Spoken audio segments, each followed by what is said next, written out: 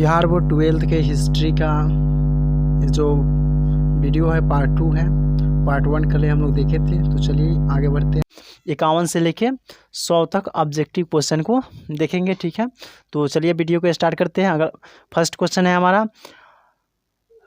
अर्थशास्त्र और इंडिका में किस राजवंशों के बारे में जानकारी मिलती है? तो इसका राइट आंसर होगा बी मौर्य, ठीक है। आगे बढ़ते हैं। अगला क्वेश्चन है, पंच चिन्ह वाले सिक्के बने होते हैं। तो पंच चिन्ह वाले जो सिक्के थे वो चांदी और तांबा दोनों के बने होते थे। तो इसका राइट आंसर होगा डी, बी और सी दोनों, ठीक है। आगे बढ़ते हैं। अगला क्वेश्चन है, तक्षशिला विश्वविद्यालय कहाँ स्थित था? तो तक्षशिला विश्वविद्यालय जो है कि पाकिस्तान में स्थित है, ठीक है। आगे बढ़ते हैं। अगला क्वेश्चन है, फाह्यान किसके शासनकाल में भारत आया था? ठीक है, तो फाह्यान किसके शासनकाल में भारत आया था? तो इसका राइट आंसर होगा सी, चंद्रगुप्त द्वितीय के शासनकाल में भारत आया था, ठीक है। आगे बढ़ते हैं। अगला क्वेश्चन है, भारत का नेपोलियन किस शासक को कहा जाता है? तो भारत का नेपोलियन समुद्रगुप्त को कहा जाता है। इसका राइट आंसर बी होगा, ठीक है। आगे बढ़ते हैं। अगला क्वेश्चन है, मौर्य साम्राज्य का प्रथम शासक कौन था? तो इसका राइट आंसर होगा बी, चंद्रगुप्त मौर्य, ठीक है। आगे बढ़ते हैं। अगला क्वेश्चन है, घनानंद किस वंश का शासक था? तो इसका राइट आंसर होगा ए, नंद वंश का शासक था, ठीक है। आगे बढ़ते हैं। अगला क्वेश्चन है, कनिष्क का राज्यारोहण कब हुआ था? तो इसका राइट आंसर होगा बी, 78 ईस्वी में कनिष्क का राज्यारोहण हुआ था, ठीक है। आगे बढ़ते हैं। अगला क्वेश्चन है, मेगास्थनीज कौन था? तो इसका राइट आंसर होगा सी, मेगास्थनीज राजदूत था, ठीक है। आगे बढ़ते हैं। अगला क्वेश्चन है, कलिंग की लड़ाई कब लड़ी गई थी? तो कलिंग की लड़ाई 261 ईस्वी पूर्व ही लड़ी गई थी, ठीक है। इसके बाद अगला क्वेश्चन है, तो पाटलिपुत्र नगर की स्थापना किस नदी के संगम पर हुई थी? तो पाटलिपुत्र नगर की स्थापना गंगा, पुनपुन, सोन ये तीनों के संगम पर हुई थी। इसका राइट आंसर होगा डी, इनमें सभी, ठीक है। आगे बढ़ते हैं। अगला क्वेश्चन है, महाभारत के आदि पर्व के किस अध्याय में भीष्म द्वारा 8 प्रकार के विवाह का वर्णन किया गया है? तो इसका जो राइट आंसर होगा सी होगा, 102वें अध्याय में किया गया था, ठीक है। आगे बढ़ते हैं। अगला क्वेश्चन है, महर्षि व्यास द्वारा उत्पन्न संतान थी। तो महर्षि व्यास द्वारा उत्पन्न संतान पांडु,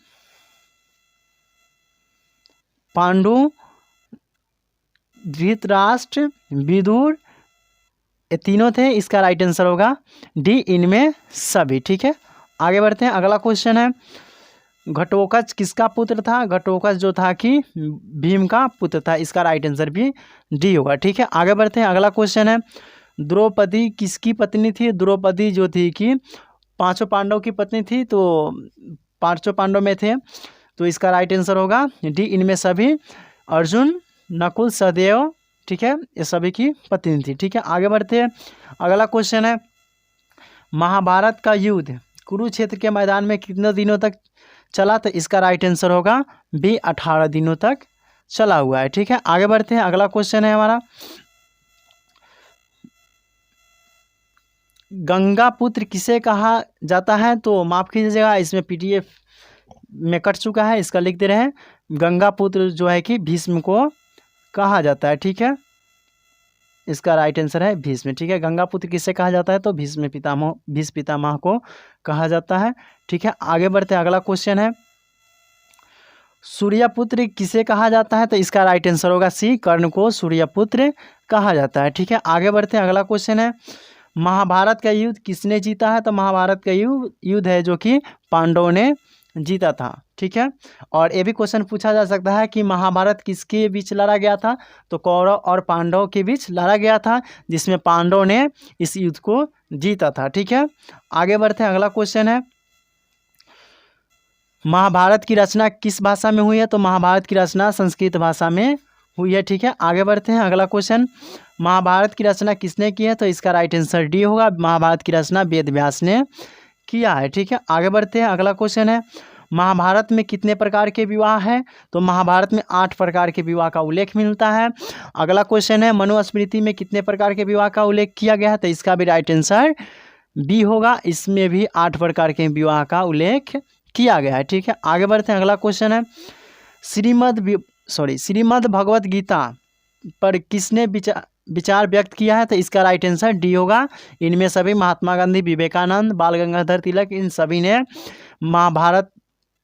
श्रीमद् भगवत गीता पर विचार व्यक्त किया है। ठीक है, आगे बढ़ते हैं। अगला क्वेश्चन है ऋग वैदिक कालीन लोग किसकी पूजा करते थे? तो इसका राइट आंसर होगा बी, प्रकृति का। ठीक है, इसका राइट आंसर होगा बी। आगे बढ़ते हैं। अगला क्वेश्चन है उत्तर वैदिक काल के अंत तक किसकी पूजा होने लगी? तो उत्तर वैदिक काल के अंत तक ब्रह्मा, विष्णु, महेश तीनों की पूजा होने लगी। इसका राइट आंसर होगा ए।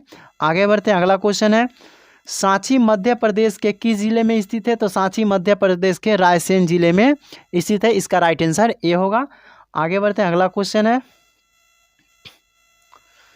चतुर्थ बौद्ध संगीति किस शासक के शासनकाल में हुआ था? तो इसका राइट आंसर होगा बी, कनिष्क के काल में, यानी कनिष्क के शासनकाल में हुआ था। ठीक है, आगे बढ़ते हैं। अगला क्वेश्चन है नाथ मुनि का संबंध किस धर्म से है? तो नाथ मुनि का संबंध है जो कि वैष्णव धर्म से है। ठीक है, ये बहुत ही इंपॉर्टेंट क्वेश्चन है।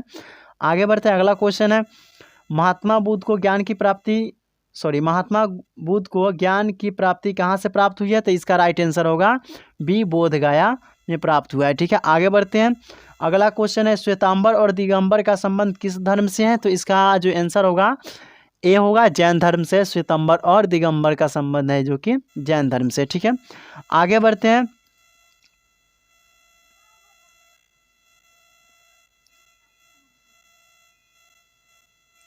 अगला क्वेश्चन है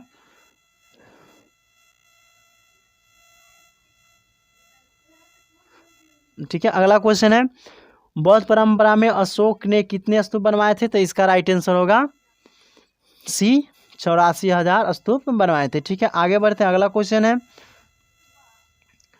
भगवान बुद्ध का बचपन का नाम क्या था? तो इसका राइट आंसर होगा बी, सिद्धार्थ। ठीक है, आगे बढ़ते हैं। अगला क्वेश्चन है तृतीय बौद्ध संगीति का आयोजन कहाँ हुआ था? तो तृतीय बौद्ध संगीति का जो आयोजन हुआ था यही पटना में हुआ था। तो इसका राइट आंसर होगा सी। इसमें जो ऑप्शन है कट चुका है, लिख दे रहे हैं पटना या पाटलिपुत्र। ठीक है, पटना या पाटलिपुत्र में हुआ था तृतीय बौद्ध संगीति का आयोजन। ठीक है, आगे बढ़ते हैं। अगला क्वेश्चन है महात्मा बुद्ध का जन्म स्थान कहाँ है? तो महात्मा बुद्ध का जन्म स्थान है जो कि लुम्बिनी के कपिलवस्तु गांव में हुआ था। ठीक है, आगे बढ़ते हैं।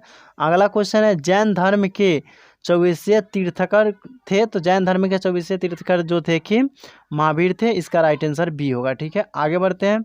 अगला क्वेश्चन है प्राचीन भारत का विश्व प्रसिद्ध विश्वविद्यालय कहाँ स्थित था? तो इसका राइट आंसर होगा बी, नालंदा में स्थित था। ठीक है, आगे बढ़ते हैं। अगला क्वेश्चन है हिनायन और महायान संप्रदाय किस धर्म से संबंधित है? तो इसका राइट आंसर होगा सी, बौद्ध धर्म से संबंधित है। ठीक है, आगे बढ़ते हैं। अगला क्वेश्चन है स्तूप संबंधित है? तो जो है कि स्तूप जो संबंधित है यह है बौद्ध धर्म से संबंधित है। इसका राइट आंसर होगा ए। ठीक है, आगे बढ़ते हैं।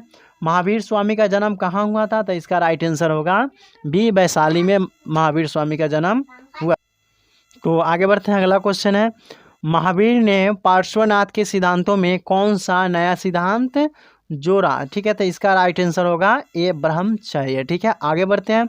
अगला क्वेश्चन है अशोक द्वारा परिचालित बौद्ध धर्म कहाँ परिचालित नहीं हुआ?